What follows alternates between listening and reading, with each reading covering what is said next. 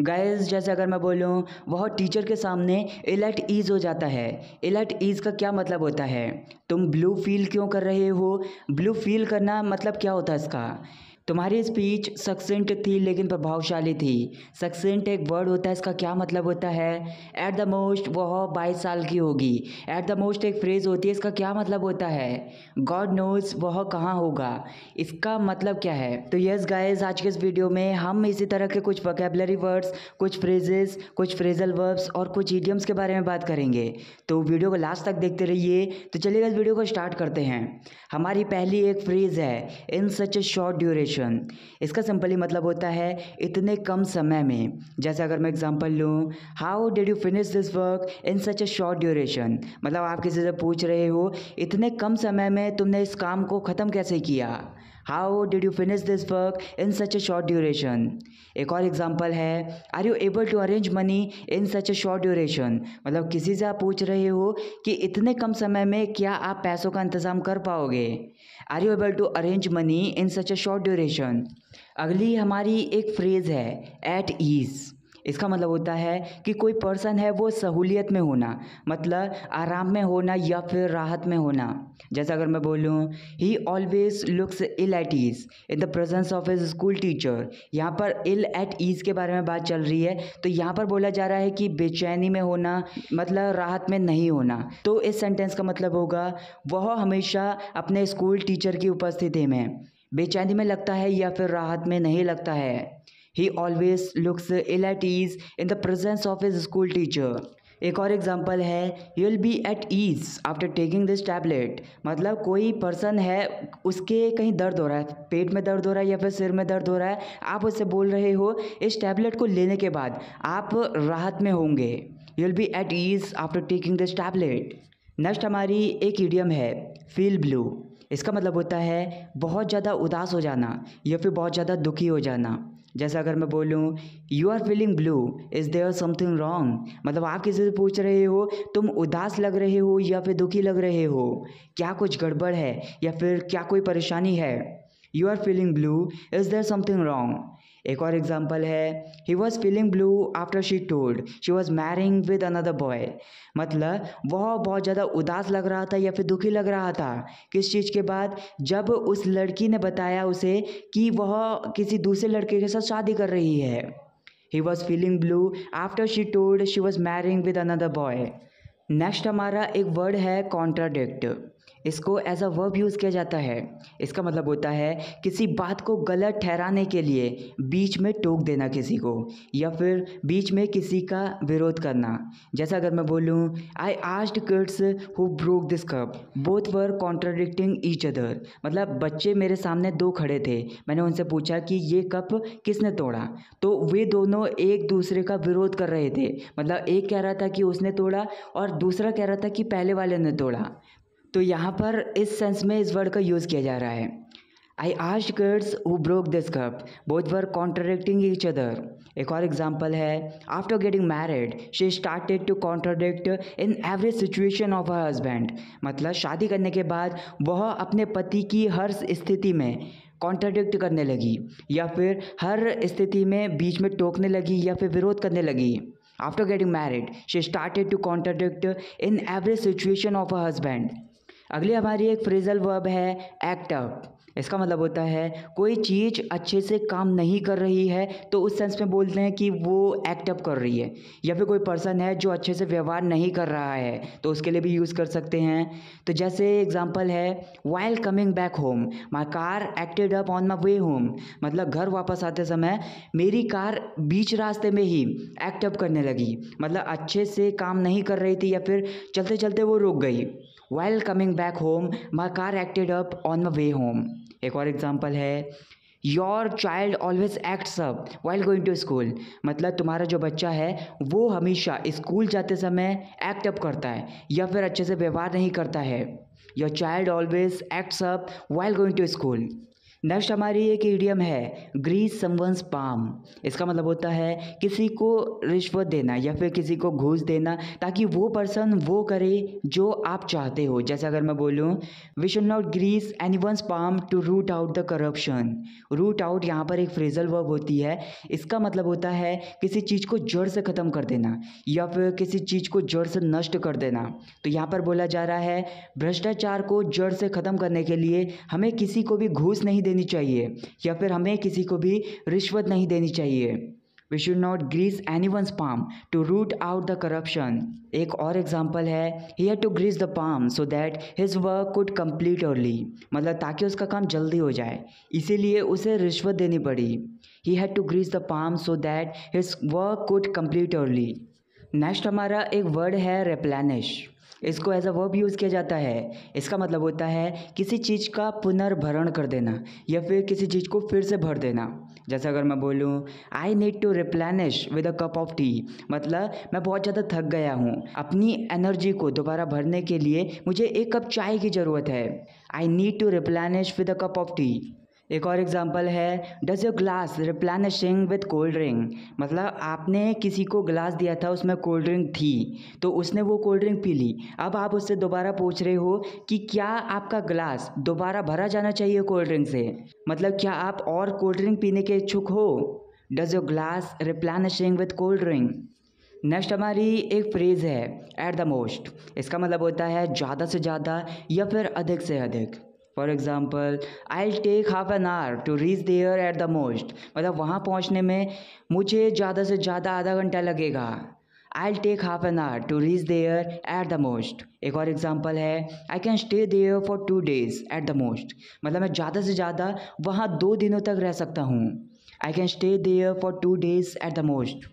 Next हमारी एक idiom है गो डाउन द ड्रेन। इसका मतलब होता है कि कुछ बर्बाद हो जाना या फिर कुछ ख़राब हो जाना। जैसे अगर मैं बोलूँ your store may go down the drain if you don't work consistently. मतलब अगर आप लगातार काम नहीं करोगे जो तुम्हारा स्टोर है वो बर्बाद भी हो सकता है या फिर तुम डूब भी सकते हो। Your store may go down the drain if you don't work consistently. एक और एग्जांपल है I don't want to let my money go down the drain like this. मतलब मैं अपने रुपयों को ऐसे बर्बाद होने नहीं देना चाहता। I don't want to let my money go down the drain like this. अगला वर्ड है हमारा इंट्रूड। इसको एज अ वर्ब यूज़ किया जाता है। इसका मतलब होता है किसी चीज़ में दखल देना या फिर किसी चीज़ में हस्तक्षेप करना। जैसे अगर मैं बोलूँ you have no right to intrude in my personal relationship. मतलब मेरे व्यक्तिगत संबंध में दखल देने का तुम्हें कोई हक नहीं है। You have no right to intrude in my personal relationship. एक और एग्जांपल है I don't mean to intrude in your life. मतलब तुम्हारी ज़िंदगी में दखल देने का मेरा मतलब नहीं था। I don't mean to intrude into your life. Next एक फ्रेज़ है गॉड नोज़। इसका सिंपली मतलब होता है भगवान जाने या फिर पता नहीं।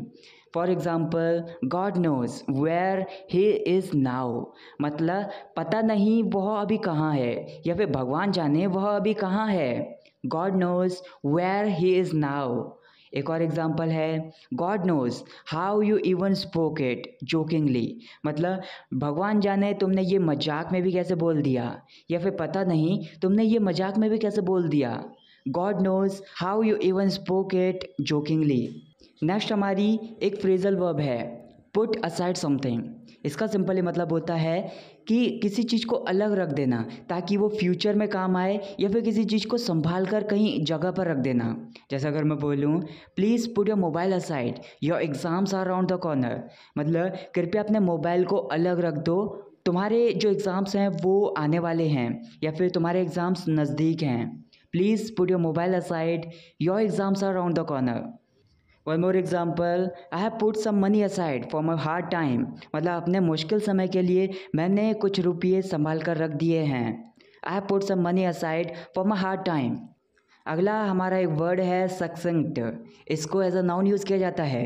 इसका मतलब होता है कि कुछ है जो संक्षेप में है या फिर कम शब्दों में है। जैसे अगर मैं बोलूँ his speech was सक्सेंट but effective. मतलब उसकी जो स्पीच थी वो कम शब्दों में थी या फिर संक्षेप में थी लेकिन प्रभावशाली थी। His speech was सक्सेंट but effective.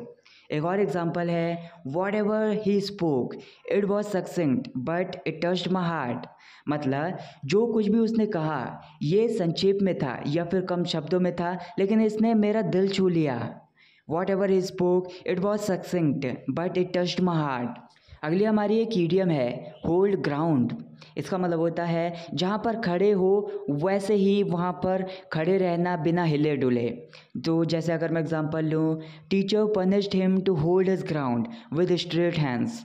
मतलब टीचर ने उसको पनिश किया या फिर टीचर ने उसको सज़ा दी कि जहाँ पर वो खड़ा है वहाँ पर खड़ा रहे बिना हिला डुले और अपने सीधे हाथ करे हुए।